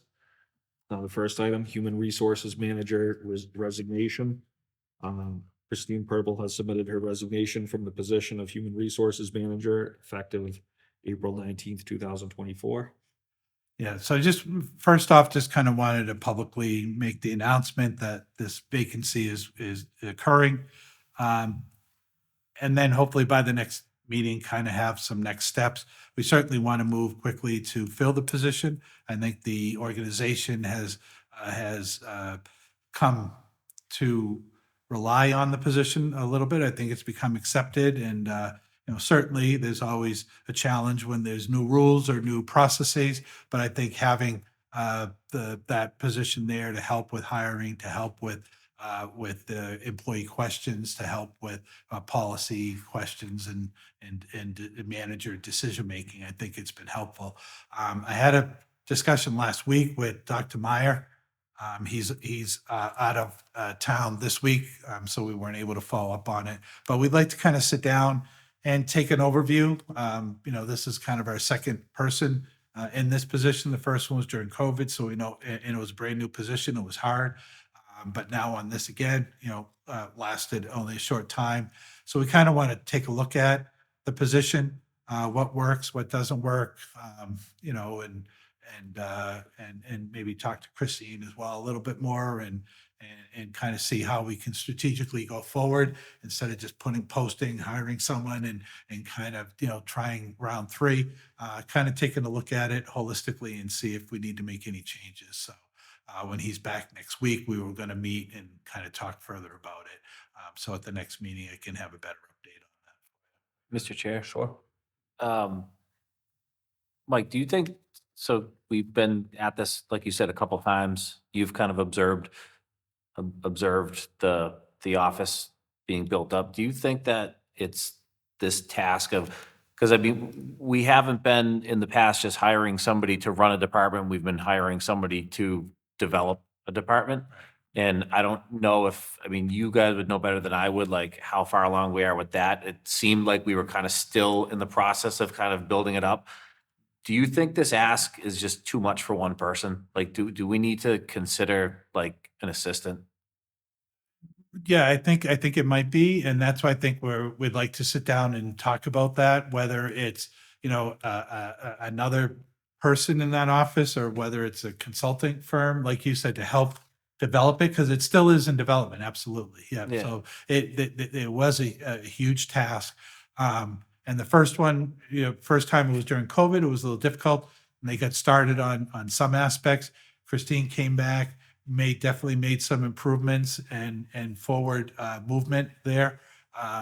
But it is a lot. There is a lot for one person when you're trying to develop the office and you're running the day-to-day. And again, where the organization and the employees are starting to know it's there, they're starting to understand that what policies and leaves or rights that are available to them, that there's questions and there's forms to fill out and forms to develop, but forms to fill out. So absolutely, I think it is a very busy office, and I think we need to look at that next round again, whether we do need to make some changes. So that's why I know it's a tough time, because we're nearing town meeting time, but certainly going into the next step, we want to make sure it's successful and not kind of being here a year or two again and kind of being a revolving door. So we'll talk about that, talk a little bit with Christine about it. But yeah, I don't know the answer right now, whether it is another person, whether it's or an organizational change, whether it's a consultant that can kind of maybe bring those structural templates or forms or policies or that type of thing, to have them work on setting up the system, and then this person doing the day-to-day. We have a new treasurer collector will be coming in, where they kind of did payroll and benefits. HR was trying to take over a little bit more of the benefit piece of things. So whether, the treasurer office works into that and or whether, staffing on the school would work into it as well too. So I think we need to, we've had a good opportunity to see people actually working in the position. So now we don't want to wait to post, but I think we just want to take a step first to make sure that when we do post, it's for what we're looking for. And maybe it is just the same person again. We just, looking for that long-term person, that would be here. I try to say too, we're not we know it's a big job to take on because we're starting from nothing, starting from scratch and working with most departments where we were very siloed. So it was a huge mountain to climb. So we try to, try to say patience and little step at a time, the best we can. But how we can support the next person in that position, I think, is going to be important. Yeah. Mr. Chair, so is there going to be an exit interview? Because I'm really curious if the pain point, obviously there's some pain points involved here, if the pain points touched on this board or the personnel board. I'm just trying to see if the structure we have, like you said, if it works, because, yeah, I don't, we keep changing the tire, but if the car's out of alignment, we're going to keep changing tires. So, I mean, I'm curious if, do towns operate with a strong personnel board like we have and an HR manager? Was there any conflict there? I mean, I didn't know her very well or know how she worked. So anything you can get out of her as far as things that we touch, I would love to hear more. Okay, sure. Yep, I'll definitely we'll sit down and talk with Christine, talk with Dr. Meyer, and give you some feedback. Yeah. Very good. Thank you. Boards and commissions annual appointment list. Yeah, sorry, just pass out. These are the, just kind of the individuals on the boards that are up in 2024. There are some vacancies that they put those in as well. So it's just that review. If the board wanted us to at least start advertising process, I know it's April, May, June, so we still have 2 months. So I don't know if you want to just kind of review that list or if we wanted to start the advertising process, but I know the board talked about wanting to provide notice to the boards about, more transparency in meetings and stuff like that as well too. So, so this will be the first step, at least, I can certainly, I just focus on the vacancies for 24, but I'll definitely make a note here to email all the members the complete board list. So I'll send you an updated list of everybody and what their terms are. But these are the individuals that are up in June. Very good. Quick question. Sure. So on the website, we have boards and commissions, volunteers needed with, is this just all the boards or is it the boards that have vacancies? So the one right now, the Yeah. top part, those are the ones that have vacancies from last year or Okay. current. So this would be the annual one, so we'll update that. Okay. I just had a citizen mention to me last week that they were interested in the historical commission and they emailed, but hadn't heard. Which commission? Historical. Oh, So just want to make sure it's going to the correct, I think they're going to you, Michael? They're going to the right person? That would be great. Okay. And if there's no vacancy, we respond back and let them know, or there's, Sure. okay, 'cause they had indicated they had not heard about it, but saw us post on social media that we were looking for people, so they were a little bit, mixed messages were a little bit Okay. confusing, so. So these are the people that expire, and then, then we'll have a full list of them Okay. next week. Very good. The next item, the ALS paramedic first year implementation costs. I put in the packet, I know the fire chief is here, was going to be here for negotiations as well, just to have the negotiation update, but the chief had developed, as the finance committee and select board had discussed, kind of looking now that the report was done and kind of had an overview cost of the whole operation, what would be needed for July 1. I think the finance committee was saying for this budget that they're working on, what money would need to be put into that immediately. And I think these are the numbers the chief had come up with. So I haven't spoken to the chief about it to go through it. So I just wanted to at least get it to the board because the finance committee is meeting next week. So I'll be providing it to them as well. So I want to make sure the selectmen had it ahead of time to review. So I don't know if the chief wanted to add it. Sure, if you want to jump up. And Mr. Chair, just to be clear, Chief Lou, so this was with collaboration with the consulting, yeah. Okay. So basically, it's in my letter. And then I took his numbers and put them in a spreadsheet.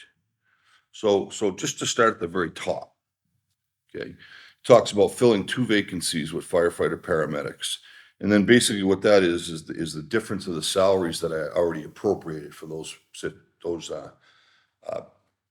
are already in that are firefighters. So that's just difference in salaries. So then the next one is overfill 1 firefighter paramedic. So when I spoke to Terry on the phone, I says, Terry, just let me understand this. So you're saying overfill 1 firefighter paramedic. So that's 1 above my full staffing. He says, correct. So the reason that the filling of 2 vacancies is actually 3, because I'm probably going to lose another person. So that's why I changed that number to $16,000. That's the difference now of 3 people that I'm going to lose. Okay. Or I have lost, excuse me, I have 2 vacancies now. I'm going to lose another one. So that's that. So then his first number was based off of a different number, but the math, when you look at it, if it holds true at 15%, that's the actual number, 76,100. Then we talked about overtime. So originally, when we started looking at this program, my thought process was you're going to school. So I'm thinking you're going to school like you're in college, going to school daily. Well, you're not. These are nights classes. These are afternoon classes. These are 3 to 9, 3 to 10, 4 to 10. The hours are crazy, which obviously is extremely conflicting with the fire departments, a 7:30 to a 5:30 or 5:30 to a 7:30. So he came up with some numbers of 42,857 for overtime. Those numbers are till we really get our feet into this and sit down and say, we got to cover this shift, we got to cover this shift. I mean, I just went and just kind of basically flat out rounded it off to $50,000. So then, again, Terry and I talked about paramedic school. If we get 3 people down there, he comes up with $7,800. But the problem is if we get this thing off the ground right away and we get 3 people in, and the class starts in the fall, you want to be able to fund those 3 completely through. So it's a realistic number. If you got those 3 right in the fall class in the spring semester, that you'd be at $54,000. And I talked with Quinsigamond Community College, all the ones that run the programs, just to kind of run the numbers to get the cost of the books. And that's a more realistic number in conversation with Terry. I asked him what the $25,000 was for. He said, that's for your medical director. I said, the medical director doesn't get paid. He said, what are you talking about? I said, doesn't get paid. Dr. Broach works for everybody. He does not get paid. It's no pay. So that $25,000 doesn't exist. So then lastly, on the equipment and supplies, he had $24,000. And I asked him, Terry, a monitor costs $70,000. We put in for one. My intent was when we talked about the fly car, the paramedic fly car, of buying a monitor out of that and then just buying a monitor out of the budget. So he said, well, I thought you had monitors. Terry, we don't have any. The intent was to buy a monitor out of the ARPA money with the fly car and then once we get going, everything, the drugs, everything, all the bags. And then I says, and then the intent was out of this budget, or when we're ready to go, buy one monitor. Monitor is $70,000. And then we got prices and $70,000. So then the other thing that was a little bit confusing, and I'm not really sure how this happened, but accidents happen, was when I put his numbers in, he had a matrix number of 185,482. When I did an auto sum on mine, it came up to 164,053. So now I was kind of wondering, so I did it with a calculator, and the auto sum was correct. So somehow their math was off from 185 to 164. So all the numbers that Terry and I discussed on the phone are all the actual costs on the right, which is a difference of $102,047. And it's in written form with the problems of every question that I asked him, and how he arrived at it, how I arrived at it. So that's basically how it goes for that part of it. And as of right now, I have 4 people that are definitely very seriously interested in becoming paramedic. It's a lot better than the 0 that I thought I had, to be honest with you. So, and I'm honest, I didn't think I would have it. I really didn't. And then when people started, I sent out an email, and then I had people started coming forward and asking questions, and just how it would be and everything. So, I'm somewhere in the 4 range. And that's great news, because Yeah. anyone that has been following this, I think, understands how much easier this transition is if we can train our existing crew. Agreed. So that's definitely like very, very welcome news, and I'm glad to hear that some people are. And the programs are a little bit different between Quinsigamond and the Mount. It just depends on how aggressive you want to be. The medics in Sterling have flat out said, you don't want to go too of an accelerated course because there's a lot to know in that time frame. And the biggest thing that medic spoke to me about from Sterling was the medication. You really need the time to understand those medications.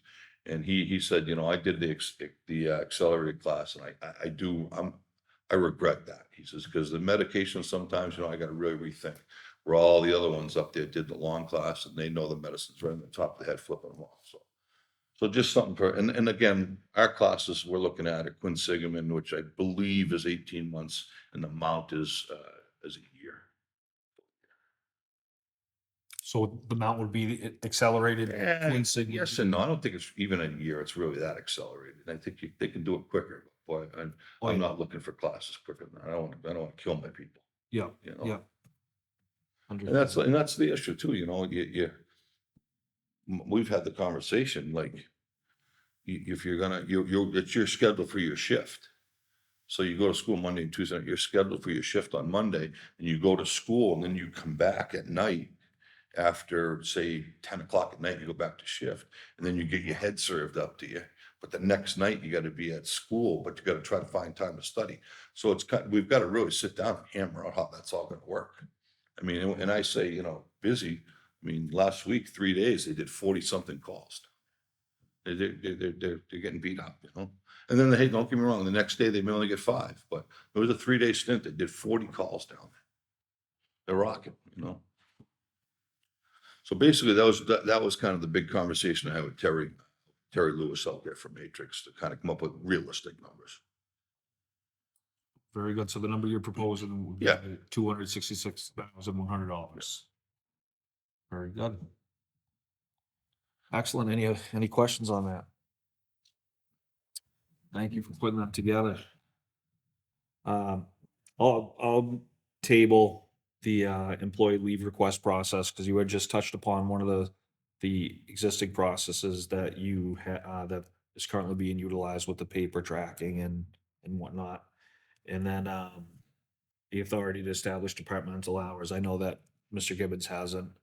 He's still in the process of reviewing, so we can table that. Yeah, hopefully by the next meeting. I know he's been out of the office with illness this week, but he wasn't able to be at the meeting tonight. But he needs to do a thorough look at all the statutes. But if there's statutory authority, the first glance would be you probably would need a home rule petition in order to change that. So a bylaw wouldn't be able to override a statute. So if there's state law that gives authority to elected board or commission or department or whatever, then the town would need to do a special act in order to change that. So, Very good. but hopefully we'll know more next meeting. Excellent. Any committee reports? I don't have committee reports, but Oh, just sure. to go back, I just thought of it, Mr. Chairman, that we gave approval to schools for the graduation on Saturday. And I think we should send a letter or some kind of a notification to the church next door, because they do all that parking. So I think they should be notified that there Great point. potentially could be there It'll be there this. will be the graduation, so they should know that they won't be able to park. Very good. Yeah, It'll be tight. great idea. We have plenty of municipal parking in the area, so. I'm using some right now. It's great. You want me to make that in form of motion, or? Sure. I'll make that in form of motion that we notify the church next door that the high school graduation will be occurring 5/31, is it? What was the date on it? 6/1. 6/1, excuse me, 6/1. And that there won't be any public parking on the street. I don't think we can restrict them from parking on the street all the time. I mean, we can let them know, but. Well, we did before. I mean, we did it on like, home day and different things. Yeah, you gotta Or close the just close streets. Street. If you don't, I mean, Yeah, right. I just. Because they have to walk across the street as well, right? Leave the. I know in the Close the past, we always have done some notification to them that I definitely, graduation was gonna take yeah, place. to get a courtesy. Yeah, 'cause graduation, they line up here. Yeah. So no parking on Church Street on June 1st from whatever the hours. I think in the past they've had parking, but we can look to see if there's a need to try to clear it out. I mean, certainly, if there was parking, it would be more for public for the event and not to be, if they were able to, have the church parking does take up most of the, on Saturdays here, so it would, you let them know that they're probably, it's gonna be tight, but also, hope that all the parking isn't used up by 9 AM and there's no parking for the event then too. Right. So you're saying no parking by the church, not from the public? I was going. We can't do that. No, that's what I just said. I don't think How you did can they do it in restrict the that. past? I mean, I know that it can be an issue because that you can't, they're all the way up as far past the home for the aging. Right, because they do walk out from here and then afterwards, when the graduates kind of leave all their stuff, then they kind of congregate on the steps in the front of the town hall as well too. So, Well, maybe you could put horses from one section to maybe to the end of the street, like up where the church is or yeah, something. yeah, You've so got to it could make be some this kind of a section. provision for them, Yeah, for the graduates. yeah, that might help that work to do this section right in front of the town hall. Yeah. To be clear, that's just gonna make a tight parking situation even tighter. I mean, it's not gonna control the church from not parking there. So we can't tell if whoever gets here soonest, I think we should tell them it's gonna be tight. If you want parking, gotta get here early. Anybody. I don't know, is there another way to do this? Yeah, I mean, Well, I mean, It's public parking. well, if you do the horses and you make a certain section, you're going to allow that the graduates are not going to have to go between cars to get out. agreed. Oh, yeah, thought I'm this sorry. I was thought we the were talking about corner. parking. Yeah, Yeah. We are talking about parking, talking about limiting parking okay. in front of the town hall on Saturday, June 1st, right? So then that way, if parking's available down that section, but being able to restrict block. Like maybe to the, parking here. right to the stop sign and then Right. maybe like where the church begins, at least you're going to leave that open for, You could just reach out to the school and see what they need. Okay, Congregate. Are we talking about reserving parking No. for No. people that are attending the graduation? Or Are No. we talking about just keeping the street open for Crossing. crossing? Yeah. But I thought they just go from here. I thought they went to the corner, crossed Yeah. over and then in, but it would be good to check with the school, see what they need. Yeah, we certainly can ask it for the, We've Been doing it for for years, safety. right? yeah, they do come this alongside the building and then go to the park. But then I think the graduates kind of congregate for pictures and family kind of out front after the event as well too. And there are cars coming and going. I would say if based on past years, there's been a problem after, then we can do something about it, but I don't know. I haven't been to a graduation Yeah, 15 definitely years. could talk with the police chief and the superintendent of schools. There wasn't a parking problem. There's gonna be a parking problem if we double the normal capacity. They might have to walk a little further to the very convenient town lots that we have. All right, so where did we leave off? with- just check into it. Okay. Just have. Sounds check good. into it. And whatever, I I agree mean, with we you, can Julie. also let the church next door know, like, if you could just, we can't say, don't park here, but you could say, it will be very tight and we appreciate you. Maybe. Yeah, I know? mean, we can restrict parking, no different than on the day of voting. They do 15-minute parking.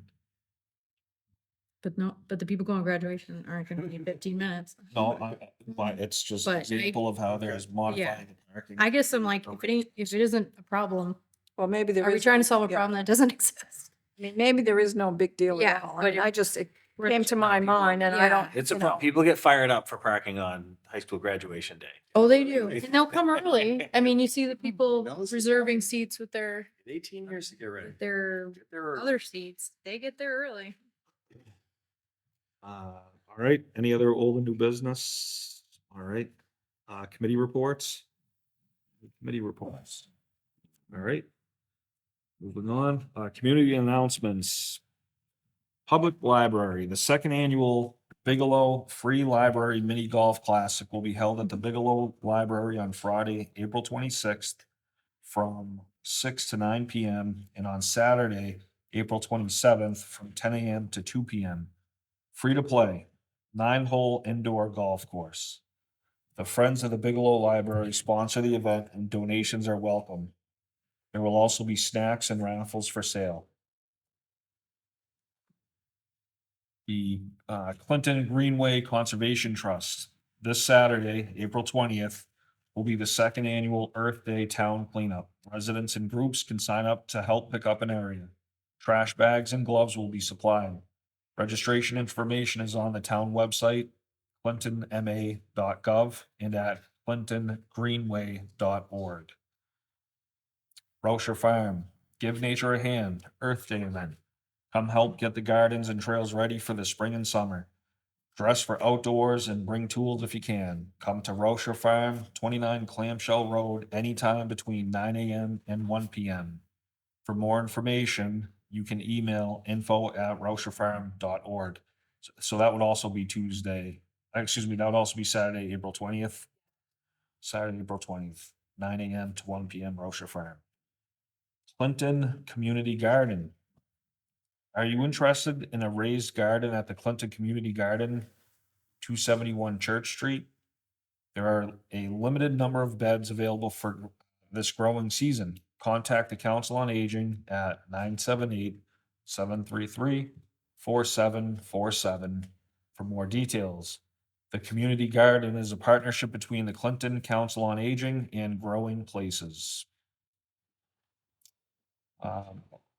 Before the next piece, I just want to take a moment to recognize and thank Jody Brydell, who has served as the leader of the wheat for the last, I think she said 15 years. when I 15 said that. years. Yeah, maybe off and on, but a good chunk of change. Yeah, I think, between during the pandemic, we really helped support many of the residents in town who were in need. And then to have the persistence to foresee the project that's now breaking ground down on High Street. She will be missed, but she's staying within that field with helping families. So thank you very much, Mrs. Brydell. Indeed. We will be leaving open session, entering executive session for the fire union negotiations update. We will not be returning to open session. The next meeting we have is May. Let's see. May 1st, Wednesday, May 1st. I will accept roll call to enter into executive session. Ed DeVault, aye. Sean Kerrigan, aye. Julie Bruce, I. Nat Kobasai. Thank you very much. I'll see you in 2 weeks.